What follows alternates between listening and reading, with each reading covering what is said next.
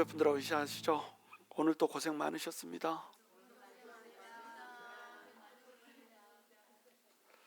자, 다시 한번 인사하시죠. 고생한 만큼 잘하셨을 것입니다.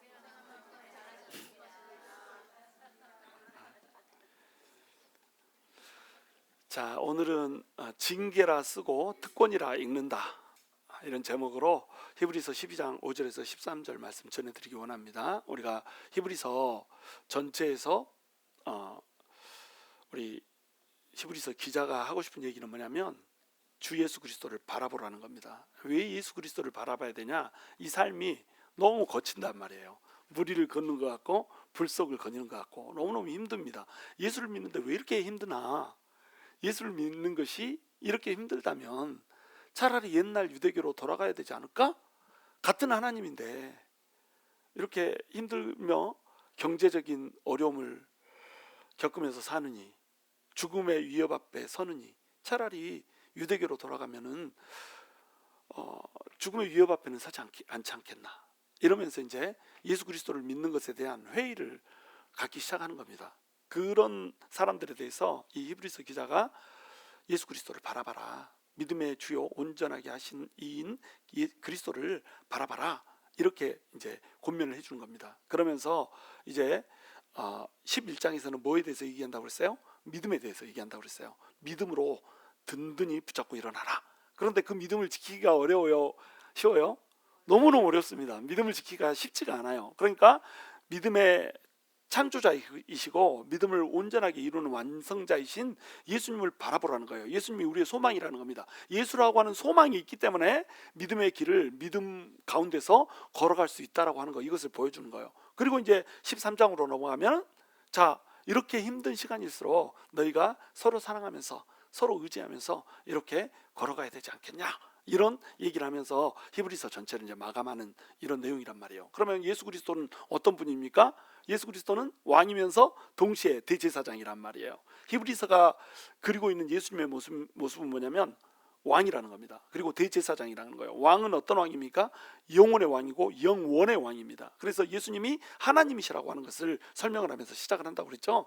예수님의 본성에 대해서, 속성에 대해서 설명하면서 하나님의 본체의 형상이고, 그 다음에 하나님의 영광의 광채시고 막 이런 식으로 하면서 예수님이 하나님의 아들이면서 하나님 자신이라고 하는 것을 설명하면서 넘어간단 말이에요. 그러니까 왕 대신 하나님이, 예수님이 이 땅 가운데서 모든 전쟁을 이기고 승리하셔가지고 어디에 앉아버렸어요? 보좌 오른편에 앉아버리시면서 전쟁을 끝내버렸다는 겁니다. 그리고 대제사장이신 예수 그리스도가 오셔가지고 우리의 모든 연약감을 전부 다 채울해서 아시고 제사를 딱 끝내버리시고 하나님의 보좌 우편에 앉아버렸다는 거예요. 전쟁도 끝났고 제사도 끝났다는 겁니다. 그러니까 그렇게 온전하게 하시는 이 믿음을 맨 처음 창조하여 주셨고 믿음을 또 완성시켜 주시는 그 예수 그리스도를 소망하면서 너네가 걸어가면은 이 믿음의 길을 걸을 수가 있어, 이길 수 있어, 이렇게 얘기를 해주는 겁니다. 그런 문맥 속에서 이제 오늘 본문을 읽어야 되는 거예요. 5절 한번 같이 읽습니다. 시작. 또 아들들에게 권하는 것 같이 너에게 권면하신 말씀도 잊었도다. 일러스되 내 아들아, 주의 징계하심을 경히 여기지 말며 그에게 꾸지람을 받을 때에 낙심하지 말라. 갑자기 징계 얘기를 하고 있습니다. 이 앞절 4절에서는 어떤 얘기가 등장을 합니까? 너희가 죄와 싸우되 피 흘리기까지는 대항하지 않고, 이렇게 얘기하죠. 죄와 싸우되 할 때 이 죄는 물론 우리가 짓는 그런 개인적인 죄를 얘기할 수도 있어요. 근데 이 죄가 진짜로 얘기하는 것은 뭐냐면 죄의 무리들을 얘기하는 겁니다. 그래서 그 악의 무리들, 그 우리의 믿음을 흐트러뜨리려고 하고 믿음의 사람들을 죽이려고 하는 그 로마의 당국들, 그런 사람들과 믿음의 싸움을 하되 피 흘리기까지 대항해서 싸우라는 거예요. 그러니까 순교하는 죽음에 이르기까지 대항해서 믿음을 갖고 싸움을 해야 되는데 너희가 그렇게까지는 안 했다는 거예요. 그리고 또 아들들에게 권하는 것 같이 너에게 권면하신 말씀도 잊었도다. 이 말은 사실은 이제 이 의문형으로 되어 있거든요. 또 아들들에게 권하는 것 같이 너에게 권면하신 그 말씀을 너네가 잊었느냐? 이런 말이 되는 거예요. 너네가 그 말씀을 잊어버리고 너네한테 아들한테 얘기하듯이 우리 하나님께서 이렇게 얘기를 해줬는데 그 말씀을 너희가 잊어버렸냐? 뭐라고 얘기했냐? 이 잠언 3장 얘기를 하는 거예요. 이 밑에 이제 나오는 얘기는 잠언 3장입니다. 그 아들이 있어요. 아들이 있으면 부모가 아들을 어떻게 합니까? 징계를 한단 말이에요. 징계를 해가지고 어떻게 합니까? 그 아들이 똑바로 걸어갈 수 있게 만든단 말이에요. 근데 여러분 여기서 징계라고 하는 이 단어를 여러분이 우리 말에서 느끼는 그 느낌으로 느끼면 안 됩니다. 징계를 징벌로 생각하면 안 돼요. 징계와 징벌은 다릅니다. 이 징계라고 하는 헬라어 단어가 어떤 단어냐면 파이 디아스 이런 단어입니다. 파이 디아스 이런 단어예요. 외우기 쉽게 얘기해 주는 거예요. 파이 데이아스라고 하는 단어인데, 파이는 어떤 뜻이냐면 어린이 이런 뜻입니다. 우리 뭐 피아노에 막 그 파이 다이온 뭐 이런 거 있잖아요. 응? 아이고 됐어. 하여튼 파이가 들어가면은 전부 다 이게 뭐 어떤 뜻이냐면은 어린이, 아이 이런 뜻입니다. 데아스 이 말은 뭐냐면은 훈계한다는 뜻이에요. 그러니까 교훈한다, 가르친다 이런 뜻입니다. 그러니까 어린이를 가르친다 이 단어를 우리말로 번역을 하면서 징계 이렇게 번역을 해놓은 거예요. 그러면 우리는 징계하면 뭘 생각합니까? 징벌을 생각한단 말이에요. 잘못했으니까 그 죄의 지은 것에 대해서 빡 때려가지고 벌을 주는 거 이렇게 생각한단 말이에요. 근데 그것도 있습니다. 그러니까 징계라고 하는 것은 징벌과 훈계 이것을 섞어놓은 단어다 이렇게 생각하면 되겠어요.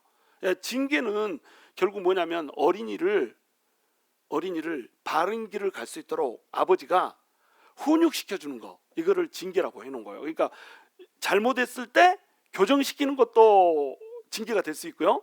잘못을 안 했어, 아무 잘못도 한 것이 없는데 잘 되라고 새로운 정보를 입력해주고 또는 새로운 품격을 집어넣어주기 위해서 훈련을 시켜주고, 이런 것도 어디에 들어가요? 파이데아스에 들어간단 말이에요.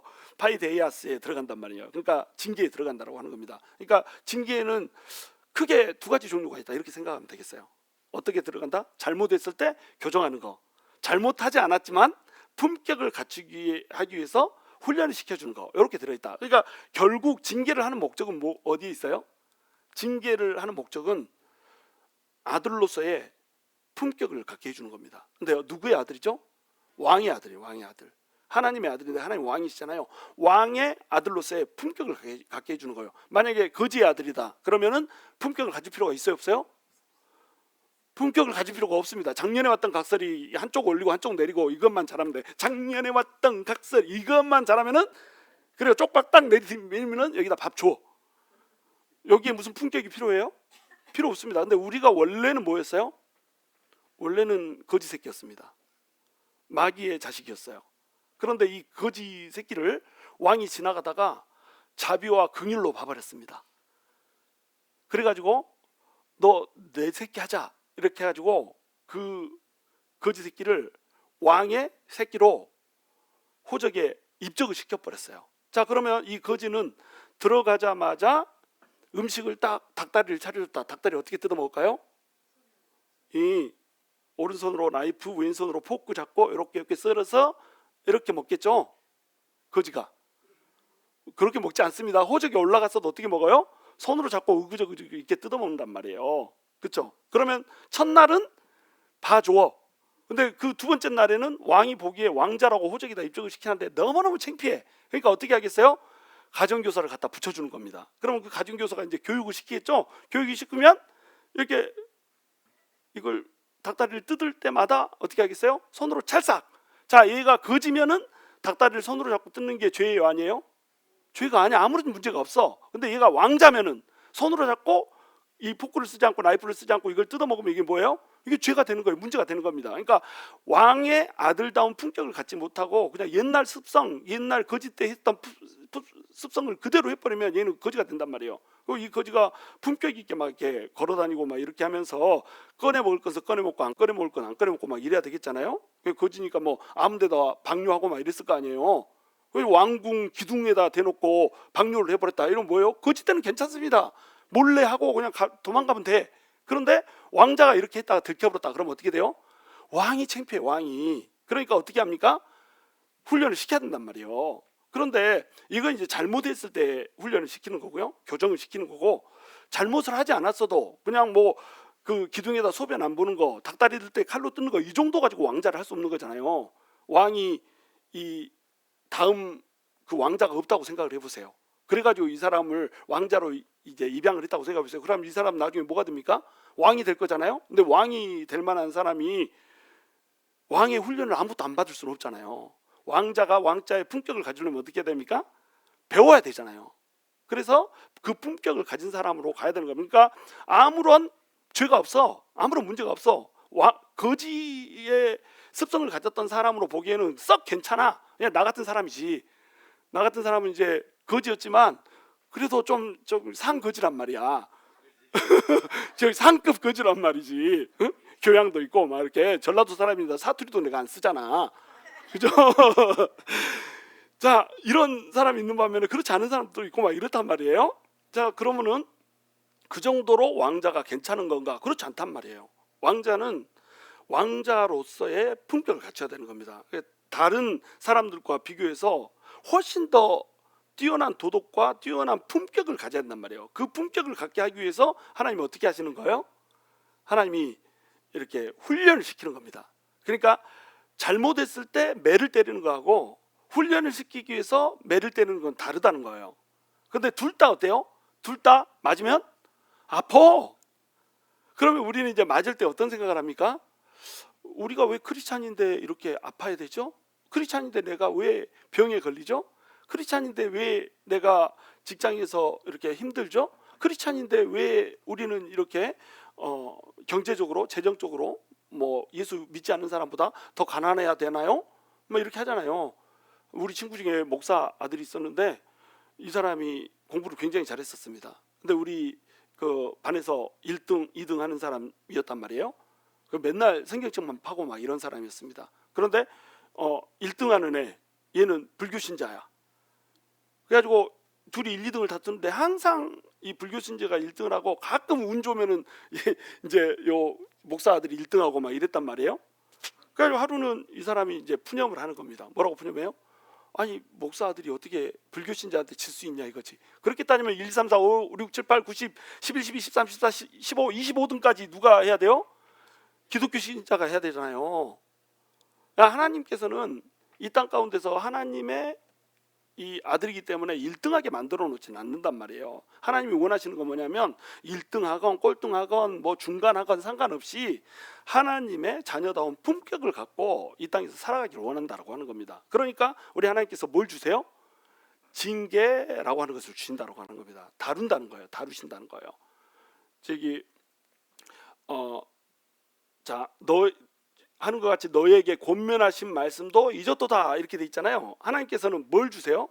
이렇게 살아라라고 하는 말씀을 주십니다. 그리고 그 말씀이라고 하는 그 잣대를 교육의 표본으로 딱 주시고 그것대로 살아라 이렇게 한단 말이에요. 그런데 그대로 우리가 살아요 못 살아요? 살지를 못합니다.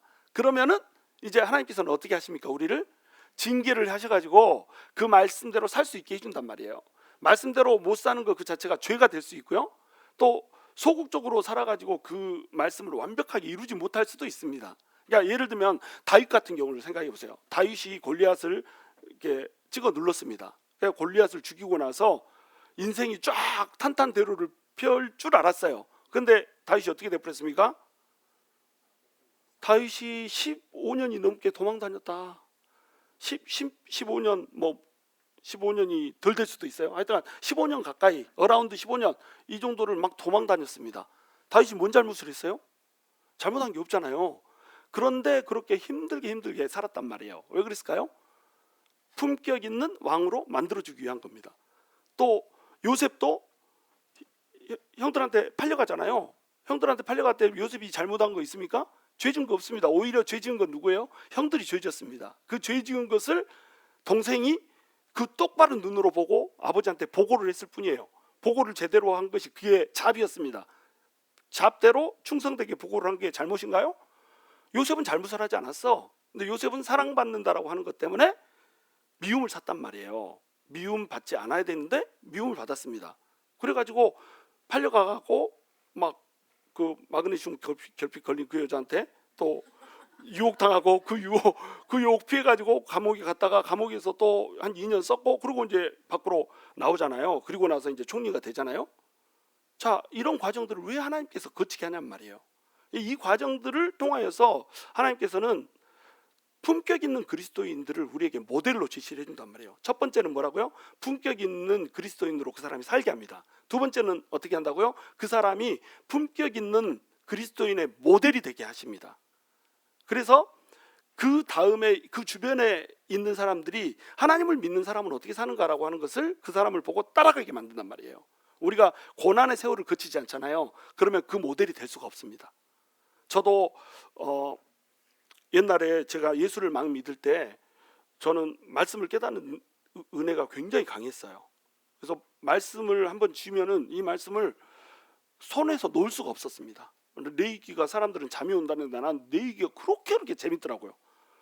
레위기를 읽는데 예수님이 막 그려지는 거예요. 제사를 지내는 그 모습에서 예수님이 내 머릿속에 그려져. 누가 설명해 준 것도 아닌데 대단하죠. 그래가지고 나는 진짜로 내가 대단한 사람인 줄 알았다니까요. 그런데 어떤 이제 아이 하나를 맡게 됐습니다. 그 가디안이 없어가지고 집에 오갈 데 없는 아이 하나를 집에 오갈 데가 없습니다. 누가 저기 받아줘야겠습니다. 그래가지고 우리가 받아줬거든요. 그러니까 무료로. 그때 당시 한 아이를 데리고 있으면 1,500불 막 이렇게 받았었는데 우리는 그냥 무료로 우리 음식 제공하면서 이렇게 우리 방 한 칸을 주고 이렇게 받아줬단 말이에요. 그리고 나중에 이제 아동 학대범 취급을 당해버렸습니다. 그래가지고 교회에서도 소문이 저 사람은 겉으로만 믿음이 좋지 아동을 학대했다. 또 학교 선생이 막 집으로 난입을 했다니까요. 아동을 그렇게 학대해도 되냐? 우리는 학대한 적이 없는데 이렇게 잘못되게 얘기를 해가지고 그냥 그렇게 몰려버렸습니다. 자, 그래가지고 그때 너무너무 힘들었어요. 그래가지고 막 찬양만 하면 시험 걱정 근심 괴로움 많이 진짜 누군가 뭐 이런 찬양만 눈에 들리고 이 찬양이 들으면 눈물이 뻥뻥 쏟아지는 거예요. 찬양을 통해서 하나님 말씀하시고 말씀 통해서 하나님 말씀하시고 말씀하시면서 이제 계속 힘을 주는 그런 말씀을 우리 하나님이 해주시는 거예요. 그런데 어느 날 갑자기 내 속에 요 한 아이 14살짜리 아이 하나를 용서하지 못하는 내 마음속의 죄성, 이걸 하나님이 딱 보여줘 버리는 거예요.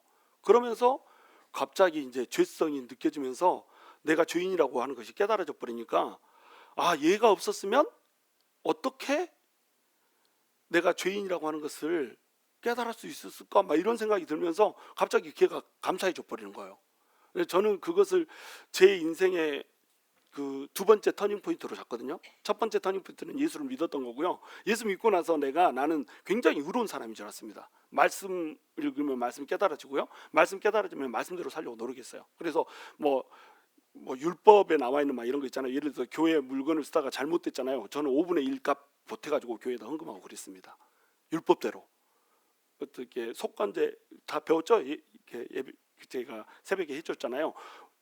5분 20% 더해가지고 막 물건을 배상하고 이랬더니까요. 그럴 필요가 있어요, 없어요? 그럴 필요가 전혀 없습니다. 근데 율법대로 막 살려고 그렇게 애를 쓰고 막 이랬단 말이에요. 그러니까 나는 내 마음속에 나는 바르게 산다라고 하는 바른 생활맨 막 이런 마음이 꽉 차 있었어. 그런데 그 아이를 통해서 내 속에 있는 죄성을 이제 발견을 한 거예요. 아, 한 사람을 용서하라고 하는 것도 하나님의 명령이잖아요. 그냥 말씀대로 사는 것이 다 되는데 용서하라는 건 안 됩니다. 용서하라고 했기 때문에 용서하려고 가진 힘을 쓰는데 용서가 안 되는 거예요. 와, 앞에 가서 웃어보기도 하고 막 잘해주려고 애를 써보기도 하고. 근데 잘하면 잘해줄수록 어때요? 아예 나를 유섭을 하는 거야. 막 악용을 하는 거야. 그러니까 어때요? 용서하는 마음을 가졌다가 다시 그냥 푸르르 성질이 나버린 거야. 우리 자매님들 남편 보는 거하고 똑같아. 용서를 했다 생각하는데 남편이 그 다음날 또 저기 뒤집어 엎어불잖아. 그럼 또 어때요?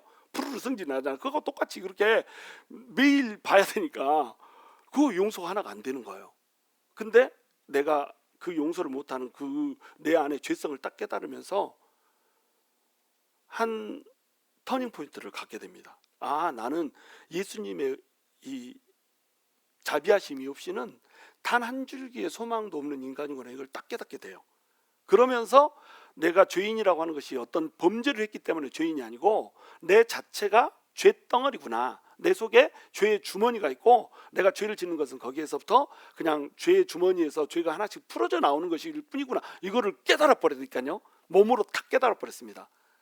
그러니까 하나님이 그때 나를 어디다 두신 거예요?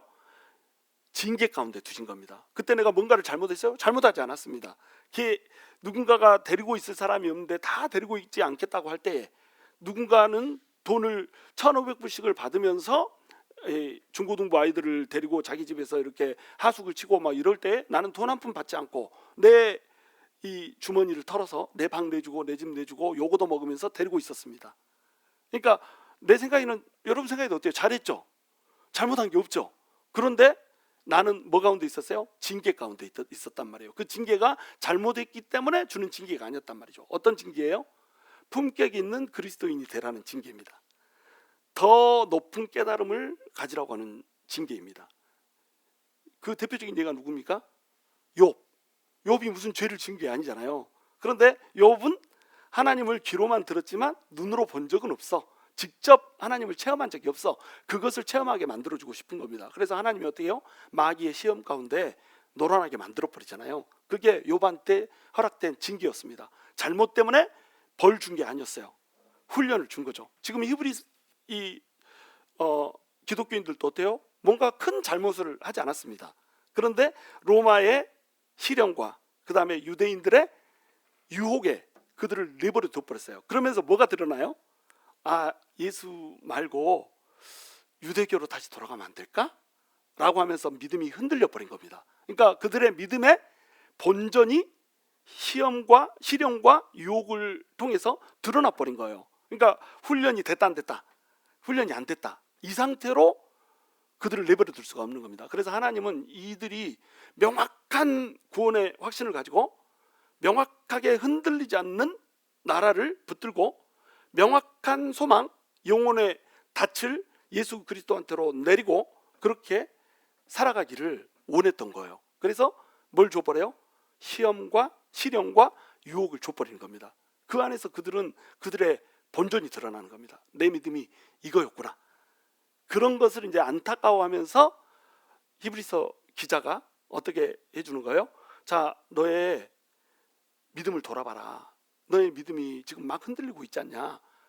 그 흔들리는 믿음 가지고는 안 된다. 주님 앞에 설 때에 정말로 흔들림 없는 믿음으로 피 흘리기까지 대항하여서 순교하는 그 믿음까지 나가야지 영광스러운 믿음의 자녀들로 설 수 있지 않겠느냐, 이 얘기를 해주는 겁니다. 그래서 징계 얘기를 갑자기 하는 거예요. 너네한테 있는 이 징계, 이것은 훈련이다. 훈련을 받게 하는 이유는 품격 있고 자랑스럽게 만들려고 훈련을 하는 거야. 이렇게 이제 얘기를 해주고 있다라고 하는 겁니다. 그런데 훈련을 받을 때에 반응을 잘못하면 어떻게 되냐면, 첫 번째 잘못된 반응은 어떤 반응을 하냐? 주의 징계하심을 경히 여기게 되는 반응을 해요. 또 두 번째 반응은 어떤 반응이냐면, 그에게 꾸지럼을 받을 때에 낙심하게 되는 반응을 해버립니다. 이게 징계가 딱 떨어져요. 징계가 떨어졌는데도 징계가 무겁게 생각이 안 되는 거예요. 그러니까 어떻게 해버립니까? 이 훈련을 피해버리는 거야. 그래가지고 어떻게 해요? 그냥 훈련이고 뭐고 유대교로 돌아가 버린다, 이렇게 이제 한다는 겁니다. 징계를 너무 가볍게 생각해 버린다는 거죠. 그러면 어떻게 합니까? 하나님께서 징계를 더 세게 때려버린단 말이에요. 우리 강아지가 2마리가 있습니다. 그 강아지 2마리가 제가 매번 설명하지만 목사집 개인데 민폐 강아지라고 그랬어요. 동네에서 제일 시끄럽습니다. 지나가다가 자기 집도 아니고 그 남의 집에서 그 집주인이 나오는데 그걸 못 보고 해버리고, 특별히 이제 까만 옷 입고 지나가는 사람 이러면은 그렇게 까만 옷을 싫어합니다. 해버리고, 까만 사람이 까만 옷을 입고 지나가 버렸다, 그러면 눈 돌아가 버립니다. 와라라라, 지도 까마면서 이렇게 해요. 그러니까 그렇게 하면은 동네에서 완전히 창피하잖아요. 그러니까 어떻게 해요? 강아지 목에다가 일렉트릭 칼라, 전자 칼라를 달아놓습니다. 그래가지고 불필요하게 와와와 하면 이걸 누른단 말이에요. 자, 이걸 누르면은 하나는 얼른 알아듣습니다. 굉장히 이 수컷 강아지가 매우 똑똑합니다. 그래가지고 왜 눌렀는지를 알아. 누르자마자 뭐 100가지 이제 레벨이 있다 그러면 20 정도만 딱 눌러도 깡 하고 막 와가지고 무릎 옆에 막 서고 무릎 가랭이 사이로 섭니다. 더 이상 누르지 말라 이거지, 알아먹었다 이거죠. 그러면 누를까요, 안 누를까요? 안 누릅니다. 더 이상 누를 필요가 없어요. 훈련이 됐잖아요. 그렇죠? 그러니까 내가 강아지를 아프게 하는 목적은 뭐예요? 훈련시키려고, 소락지 치지 말라고, 남한테 민폐 끼치지 말라고, 품격 있는 강아지가 되라고 이거 훈련을 시킵니다. 얘는요, 이게 버튼 누르는 그거 있죠? 그걸 눌러야지 지가 아프다는 것도 알아요. 그래가지고 이게 누르기 전에 제가 경고를 한번 줍니다. 야 이거 누른다 그러면요 저기서 뭐 여기까지 달려와서 막 옆으로 붙습니다. 근데 우리 여자 강아지는요 왜 아픈지를 몰라요. 멍청해. 너무너무 멍청합니다. 애교는 100점인데 이 샤프하기 똑똑하기로는 그냥 이렇게 한 20점밖에 안 되는 이런 애예요. 그래가지고 누르면은 한 20 누르면은 뭐 표시도 안 합니다. 한 50 누르잖아요. 그러면 이렇게 합니다. 100까지 딱 누르잖아요. 그러면 이럽니다. 전기가 찍 가잖아요. 그러니까 이렇게 하는데 그러면서도 와요 안 와요? 안 와. 지 갈 길을 가. 나는 내 길을 간다. 마이 웨이 그러고 막 가버립니다. 그러면은 얘가 하고 아파하니까 내 마음이 아플까요 안 아플까요? 이놈아 이러면서 막 계속 누를까요? 마음이 아파. 그러니까 못 알아먹으니까 내가 계속 눌러요 안 눌러요? 안 누릅니다. 얘는 아예 들고 나가질 않아. 내가 눌러봤자 못 알아먹으니까. 무슨 얘기인지 아시겠어요? 근데 이게 큰 강아지는 100까지 올릴 필요가 없어요. 20까지만 딱 놓고 딱 누르면 알아보니까 와요. 알아보니까 왔으니까 어때요? 또 누를 필요가 없는 겁니다. 그러니까 징계를 받지 않는 방법이 있습니다. 첫 번째 방법은 아예 몰라버리든지 그래가지고 막 그 자비와 긍휼을 내든지 이렇게 하면은 처음에는 그러니까 아예 몰라버리면은 알지 못하면 알아듣지 못해버리면요 이 하나님도요 내버려 둬버립니다. 내버려 둬버려요. 근데 훈련이 안 돼버리면 어떻게 돼요? 주인도 불행하고 얘도 불행하고 키울 수가 없는 거야. 그렇죠? 그래서 얘한테는 다른 방식으로 합니다. 얘한테는 소리를 지르면은 그것에 더 민감해. 벨라로 소리를 지르면 이렇게 놀라가지고 딱 그 자리에 앉아가지고 움직이질 않습니다. 그러니까 내 목소리에 더 반응을 해. 그러면 나는 어떻게 징계를 해요? 걔한테는 전기를 누를 필요가 없어. 걔한테 맞는 방식으로 징계를 하는 겁니다. 무슨 얘기인지 이해가 되시죠? 그러니까 각자에 맞는 그 사람한테 맞는 가장 맞는 징계 방식이 있어요. 그 징계를 피하는 가장 좋은 방법은 뭐냐면 징계에 즉각적으로 반응을 하는 겁니다. 그러면은 징계를 받지 않을 수가 있는 거예요. 그런데 주의 징계하심을 경히 여겨버려요. 가볍게 여겨버려요. 그러면 어떻게 하죠? 20 눌렀다가 30 눌렀다가 100까지 나갔다고 그랬잖아요. 100까지 나갔는데도 불구하고 또 말을 안 들으면 어떻게 한다고요? 벨라하고 소리를 지른단 말입니다. 그러면 얘한테는 그게 아주 충격이거든요. 세상에 우리 아빠가 나한테 소리를 질렀다 이렇게 되는 거예요.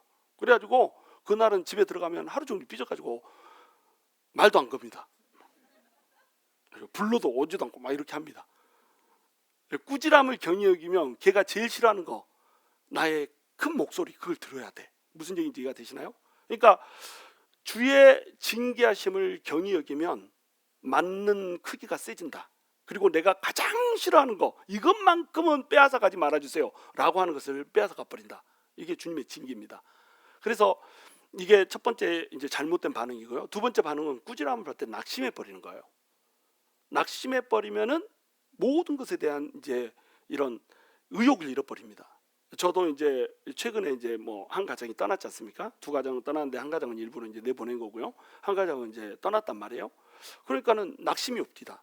이게 우리 교회를 내가 가만히 보니까 이게 회전문이야. 들어왔는데 돌아서 나가. 또 들어왔는데 돌아서 나가. 무슨 우영우도 아니고 들어서 나가고 이렇게 리텐션이 안 된단 말이에요. 이게 너무 낙심이 되는 거예요.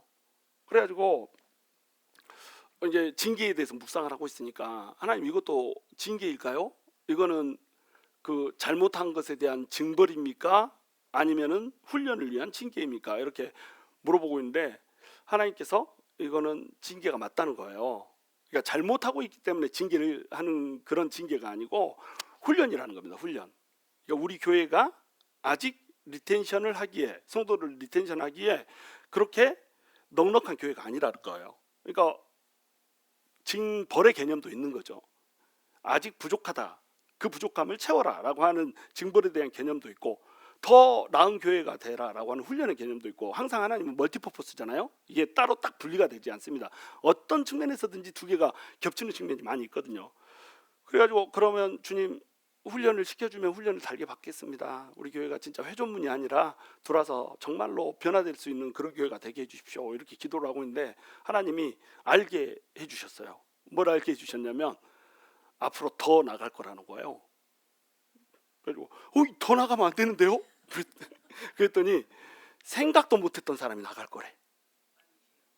아이고 주여. 그리고 이게 맞는지 틀린지 몰라. 주님이 나한테 말씀을 하시는 거예요. 알게 하시는 거예요. 어? 배중구 아따 생각도 못했던 놈인데 배중구를 생각 나가면 안 돼? 아이? 생각도 못했던 놈. 아이 큰일이네 이거. 생각도 못했던 사람이 나갈 거라는 거예요. 그래서 주님 그러면 나 지금도 낙심돼 죽겠는데 더 낙심되잖아요. 그럼 내가 어떻게 사역을 합니까?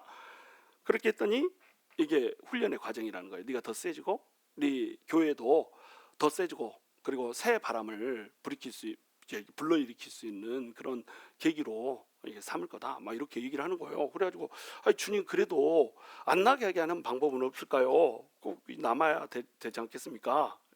그래서 서로 잘 지내면 되지 않겠습니까? 그랬더니 주님 뭐라고 하셨냐면 그들의 고지가 그들의 은혜의 산이 네 은혜의 샘보다 더 높다 이렇게 얘기를 하는 거예요. 무슨 뜻이에요?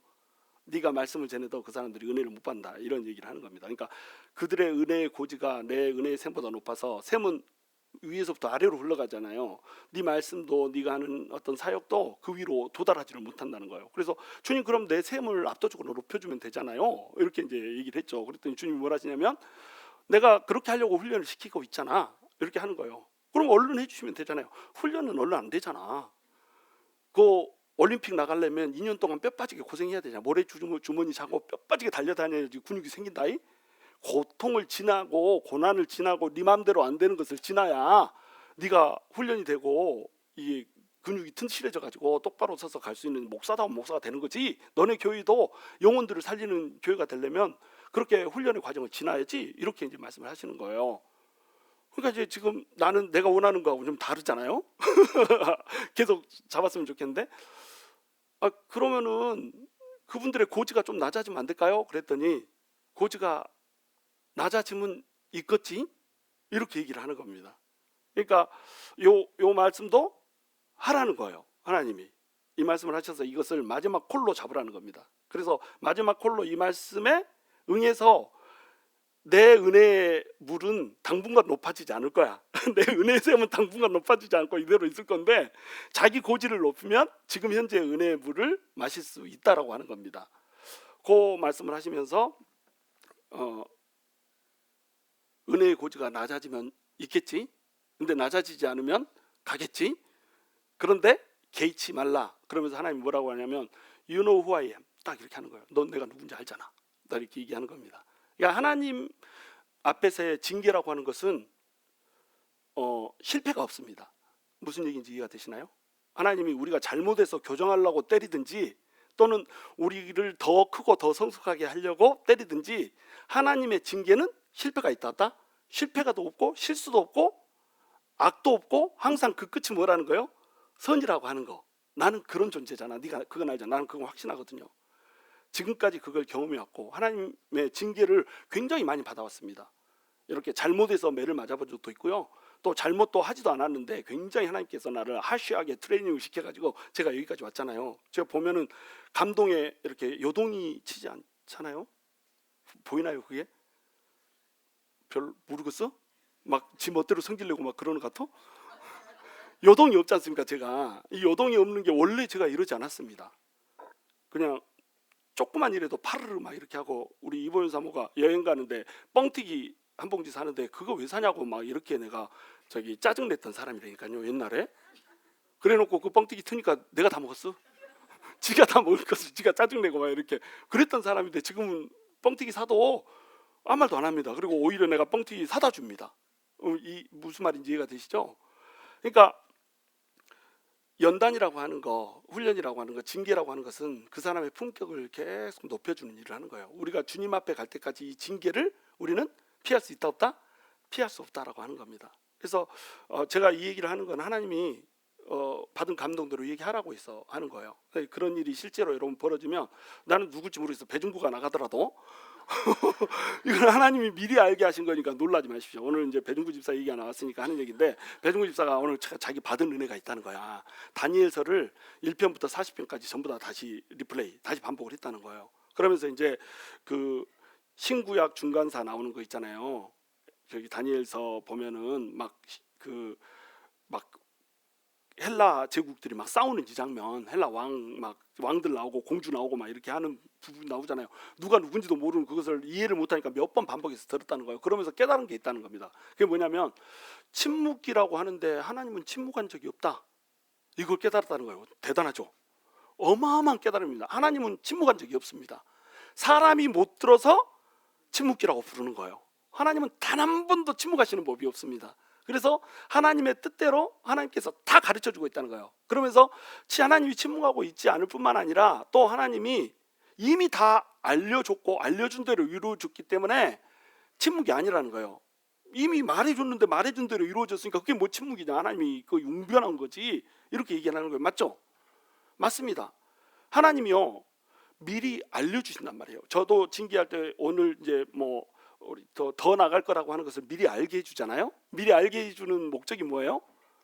준비하라는 겁니다. 그리고 연단을 받는 과정이기 때문에, 징계를 받는 과정이기 때문에 이 과정을 그런 일들이 벌어져도 놀라지 말고 기꺼이 받아들이라고 하는 겁니다. 그리고 그것을 통해서 어떻게 하라는 거예요?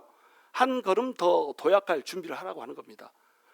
우리 신명기에서도 또는 오늘 레위기에서도 그러잖아요. 레위기에서 배웠잖아. 이스라엘 백성들이 이스라엘 하나님의 명령대로 살면은 복을 줘. 하나님의 명령대로 살지 않으면 벌을 줘. 벌을 주는데 그래도 말을 안 들으면 어때요? 더 큰 벌을 줘. 그래도 말을 안 들으면 하나님이 직접 나서서 벌을 줘. 그래도 말을 안 들으면 어떻게 한다 그래요? 너네가 이 땅에서 쫓겨나게 될 것이다 얘기하잖아요. 미리 얘기해 줘 버립니다. 그래서 이 백성들이 어때요? 나중에 그렇게 말 그대로 됩니다. 그래가지고 나중에 바벨론에 잡혀가 버리잖아요. 이미 다 얘기를 해줬습니다. 그리고 이미 다 예언을 해줬어요. 그리고 70년 만에 돌아올 것이다. 이것도 예언해 주잖아요. 너네가 바벨론의 포로로 잡혀갔다가 있잖아. 70년 만에 돌아올 거야. 그 70년 만에 돌아오는 이유는 뭐냐면 너희가 안식년을 제대로 안 지키고 신년도 제대로 안 지켰기 때문에 너네가 이 땅에 있으면서 너네는 쉬었지만 땅은 쉬지 못했던 거, 그것을 내가 회복시켜 주는 거야. 말씀대로 안 살았으니까 너네가 70년 동안 거기 있고 너네가 안식년을 안 지켰던 그 기간만큼 490년 동안 안식년 안 지켰으니까 70년을 안식년을 안 지킨 건데 그 기간 동안 너네는 거기 있고 그동안에 땅은 쉬게 할 거야. 이렇게 말씀해 주잖아요. 어때요? 미리 다 얘기해 줍니다. 그리고 그 연단의 과정을 겪게 하는 거예요. 그러면 다니엘 같은 사람은 어때요? 이걸 보면서 막 눈물을 펑펑 쏟는 거죠. 아, 하나님 70년이라고 하는 기간을 정해 놓으셨거든요. 막 이렇게 하는 겁니다. 그 전에는 알지 못했는데 예레미야서를 다시 읽다가 70년이라고 하는 것이 눈에 갑자기 들어왔어요. 왜냐하면 70년이 거의 차갔거든요. 70년 거의 다 될 갓쯤에 70년이라고 하는 단어가 들어왔습니다. 그래가지고 아, 우리 고난이 끝났군요. 우리 징계가 끝났군요. 이 징계의 목적은 우리를 망하게 하는 것이 아니었군요 라고 하는 것을 깨달은 겁니다. 여러분, 징계의 목적은 망하게 하는 것 아니다? 망하게 하는 것이 아닙니다. 징계의 목적은 뭐예요? 품격을 높이기 위한 겁니다. 하나님의 아들로서의 품격을 높이게 하려고 징계를 준다라고 하는 거예요. 그래서 징계는 왜 오는 거냐? 6절 오면 인제서야 6절이에요. 자, 함께 읽습니다. 시작. 주께서 그 사랑하시는 자를 징계하시고 그가 받아들이시는 아들마다 채찍질 하심이라 하였으니 너희가 참으면 징계를 받기 위함이라. 하나님이 아들과 같이 너희를 대우하시나니 어찌 아버지가 징계하지 않는 아들이 있으리요. 징계는 다 받는 것이거늘 너희에게 없으면 사생자요 친아들이 아니니라. 이렇게 얘기합니다. 그러니까 징계를 받는 이유가 딱 하나 있습니다. 그게 뭐예요? 내 새끼니까, 내 아들이니까. 남의 새끼면, 사생아면, 첩자식이면 징계를 줘야 안 돼요. 이 사생아라고 하는 것은 뭐냐면 노예의 아들이다 이런 뜻입니다. 내 아들이 아니야. 내가 데리고 일을 시키는 노예의 아들입니다. 종의 아들입니다. 걔가 잘못하든 말든 뭐 내가 교육시킬 이유는 없잖아요. 종자식인데. 종자식이 뭐 품위 있게 걷든 말든, 걸음을 막 이렇게 걷건 이렇게 걷건 무슨 상관이에요? 내 자식이 아닌데. 근데 내 새끼가 막 이렇게 걸어 다닌다고 생각해 보세요. 막 찌찌찌찌찌찌 막 이러고 다닌다고 생각해 봐. 그 시대에. 지금은 젊은 애들 막 다 이러고 다니지만.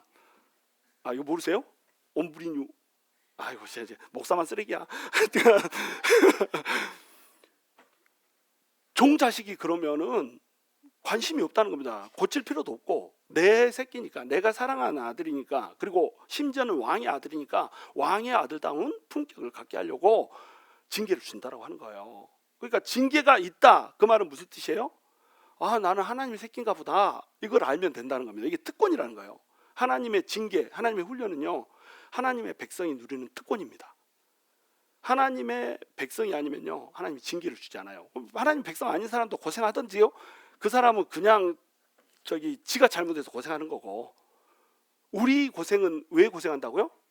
하나님이 훈련하려고 고생한다니까요. 하나님이 우리가 하나님 새끼가 되는 순간에, 하나님 자식이 되는 순간에 고생 하나도 안 하고 천국 올라갈 때까지 형통하게 만들어서 잘 살게 하다가 천국으로 데려갈 수 있어요, 없어요? 그렇게 하실 수가 있습니다.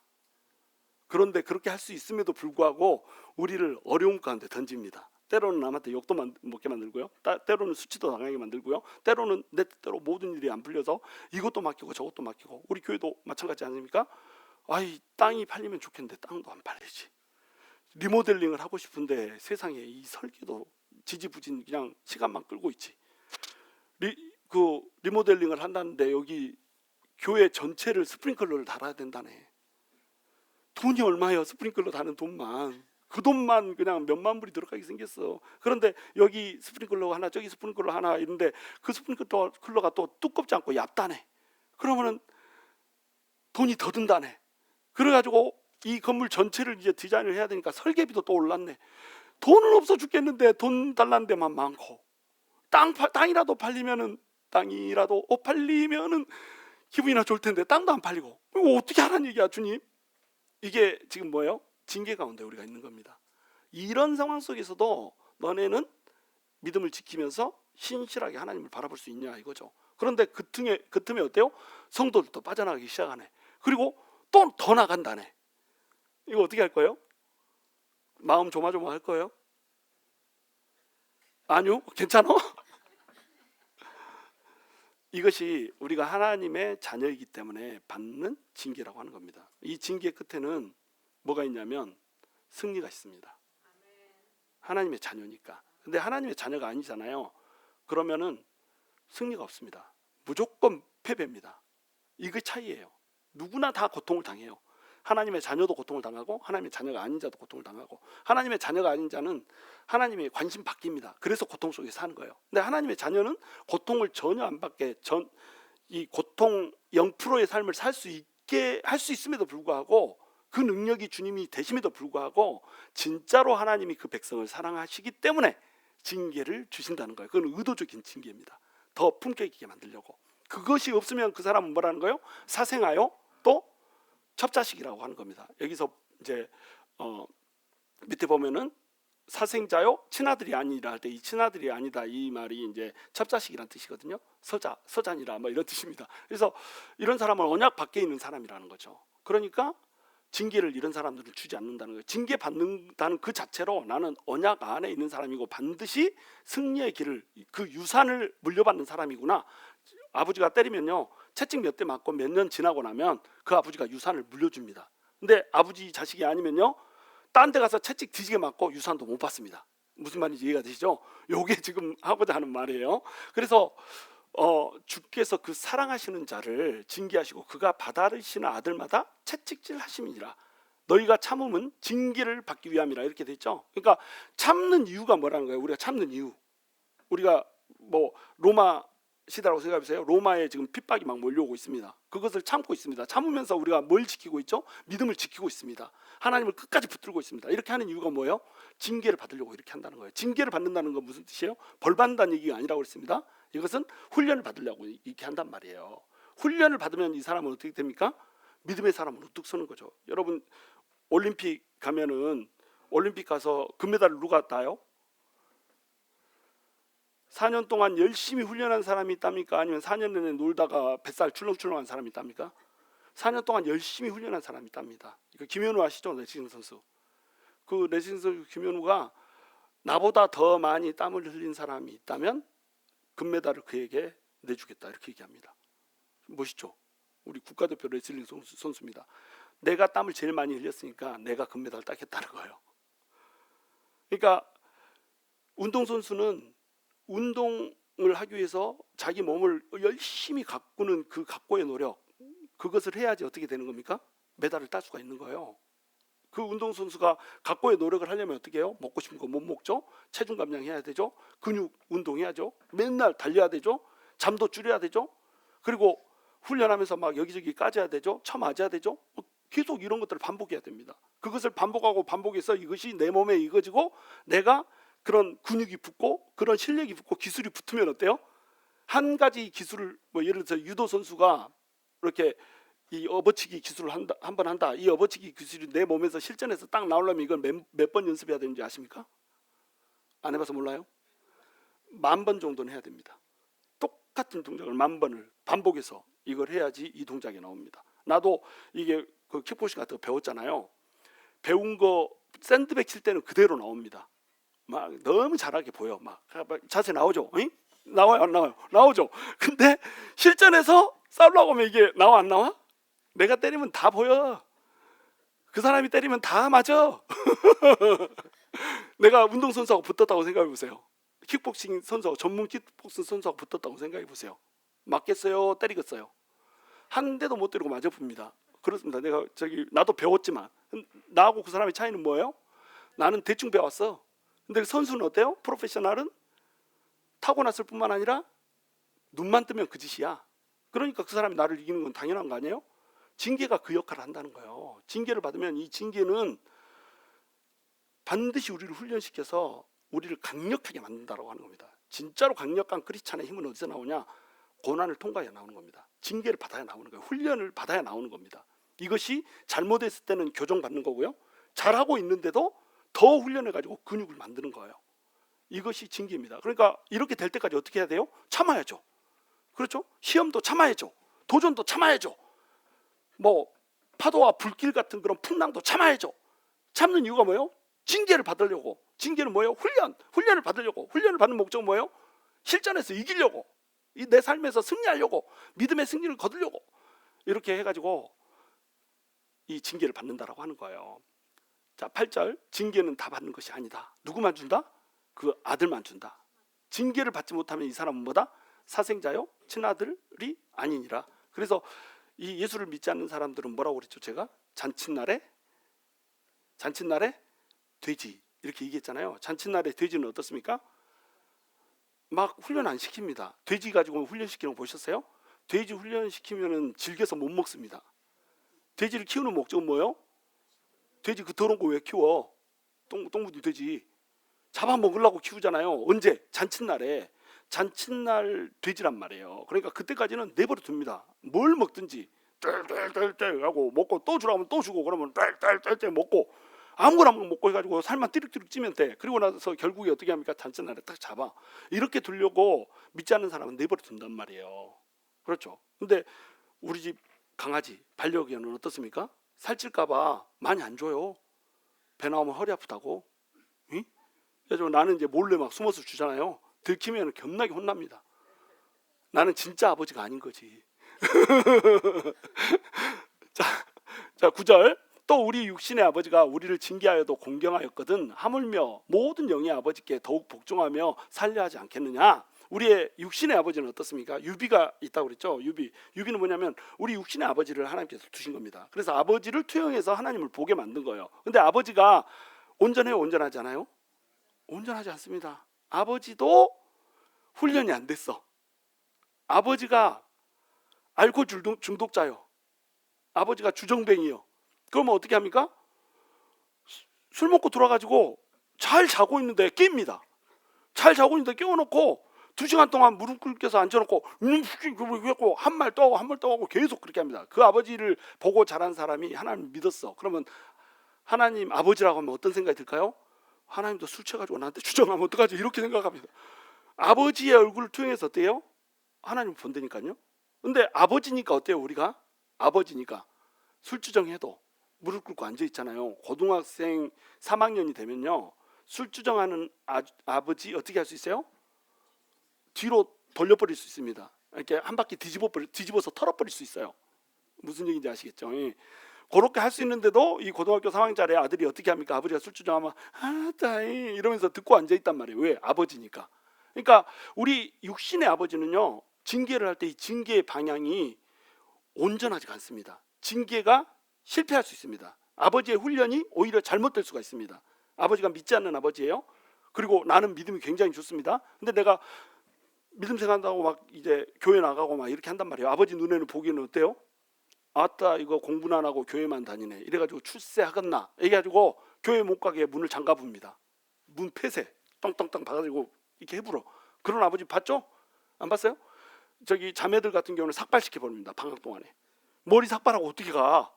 그래서 모자 쓰고 나오면은 그 모자 벗기려고 하면 안 돼요. 예배 시간에 뭐 모자 쓰고 예배 시간에 모자를 쓰면 어떻게 하고 딱 벗겼는데 삭발이요. 그런 자매도 있고 그랬다니까요. 근데 이런 아버지들이 있단 말이에요. 그러면 이 아버지는 어떻게 하고 있어요? 하나님을 잘 믿게 하는 게 아니라 잘 못 믿게 만들어 버리는 거예요. 이 구원의 길로 이끄는 게 아니라 멸망의 길로 이끌어 버린다는 겁니다. 그러니까 아버지의 징계는, 육신의 아버지의 징계는 잘못될 수 있어요, 없어요? 잘못될 확률이 더 크다. 왜? 지도 불완전하니까. 그런데도 우리가 아버지를 공경하잖아요. 아버지니까. 근데 우리 영의 아버지, 모든 영의 아버지, 우리 하나님은 어때요? 징계가 실패할 수 있어요, 없어요? 실패할 수 있어요? 징계가 실패할 수 없습니다. 우리 하나님이 허락하신 거고요. 우리 하나님이 이런 방향으로 이걸 이끄는 거라고 한다면 그것은 가장 선한 길입니다. 우리 교회가 땅이 안 팔리는 것도, 또 우리 교회에서 뭐 성도가 떠나고, 또 막 그 깜짝 놀랄 만한 사람이 떠난다고 하니까 뭐 떠날지 안 떠날지 모르겠지만, 그렇게 된다고 하더라도 하나님 앞에서는 이게 어떤 길이라는 거예요? 가장 선한 길이라고 하는 겁니다. 우리가 그 징계 앞에서 징계를 참고 그 징계를 견디면서 트레이닝이 될 수 있다면, 문제는 뭐예요? 이 징계를 우리가 경히 여긴다는 게 문제인 거예요. 이 징계에 우리가 낙심한다는 게 문제인 겁니다. 그러니까 이 징계가 임할 때 우리의 태도는 어떤 거여야 되냐면, 하나님의 징계는 틀릴 수가 없다 이래가지고 신실하게 징계 속에서도 참으면서 하나님의 인도하심을 기대하면서 믿음의 주요 온전케 하시는 예수 그리스도를 소망 가운데 바라보는 것, 요것을 우리가 할 수 있다면 그 징계를 통해서 우리는 오히려 더 어떻게 된다는 거예요? 더 강력해진다라고 하는 겁니다. 기대되지 않습니까? 별로 기대가 안 돼. 할 수 없어. 나만 기대할 거야. 그래서 이 영의 아버지께 더욱 복종하여 살려 하지 않겠느냐. 10절, 그들은 잠시 자기의 뜻대로 우리를 징계하였거니와 오직 하나님은 우리의 유익을 위하여 그의 거룩하심에 참여하게 하시느니라. 자, 육신의 아버지는 어때요? 자기 뜻대로 교육을 시킵니다. 근데 그 뜻이 어때요? 항상 틀릴 수가 있습니다. 심지어 뭐 알코올 중독 걸린 아버지가 뭐 어떻게 판단을 하겠어요? 지 유익하려고. 우리 엄마들도 자식들 막 때릴 때 어떻게 때립니까? 제대로 키우려고 때린다고 말로는 하지만 사실은 지 성질 풀려고 때릴 때가 많잖아요. 그죠? 성질 나가지고 남편한테 그 쫑꾸 맞은 거 성질 나가지고 그거 풀려고 자식 때리고 막 이런 케이스도 많다니까요. 그러면 자식들은 이제 풀 데 없으니까 강아지 차고, 강아지는 성질 나고 나가가지고 가가지고 아버지 물어불고, 그러면 이제 선순환 이루어지는 거 아닙니까? 그러니까 육신의 아버지들은 자기의 뜻대로 우리를 징계합니다. 근데 하나님은요, 정확한 목적이 있습니다. 감정이 섞이지가 않고요, 또 잘못된 어떤 의도도 없고요, 앞날이 어떻게 될지 모르겠다는 깜깜함도 없고요, 명확한 목적을 가지고 우리를 징계합니다. 내가 너를 이 자리에 올려놓을 거야. 이런 명확한 목적이 있습니다. 그리고 하나님이 이렇게 올려놓을 거야 라고 했는데 그것이 실패하는 법도 없습니다. 내가 이렇게 징계를 주면 너는 이렇게 가겠지, 이렇게 가면 잘 안 되면 내가 이렇게 하면 너는 이렇게 가겠지. 이 모든 스텝을 우리 하나님 알고 계십니다. 왜? 전능하시니까, 전지하시니까. 그분이 우리를 자녀 삼으셨으니까 실패함 없이 우리를 인도하신다는 거예요. 자, 그런데 어떨 때 실패합니까? 우리가 하나님의 자식이기를 포기할 때, 호적에서 파버릴 때, 요때는 이제 실패하는 거예요. 내 새끼 안 한다고 할 수 없다 그러면 이렇게 된다는 거예요. 그렇죠? 우리가 하나님의 자식이라고 하는 것을 유지하고만 있다라고 한다면, 하나님의 자녀라고 하는 것을 우리가 믿고 하나님한테 하나님 당신이 내 아버지입니다라고, 그래서 그 징계에 순종합니다라고 맡겨드리기만 하면 하나님은 실패 없이 우리를 인도한다는 거예요. 안 맡겨드리면 어떻게 하나요? 맡겨지게 만들게 치십니다. 그러니까 대항하면 대항할수록, 반항하면 반항할수록 어때요? 처음 맞는 것만 아프게 맞는다, 이렇게 생각하시면 돼요. 그게 레위기의 말씀이잖아요. 오늘 말씀이 그렇게 나오잖아요.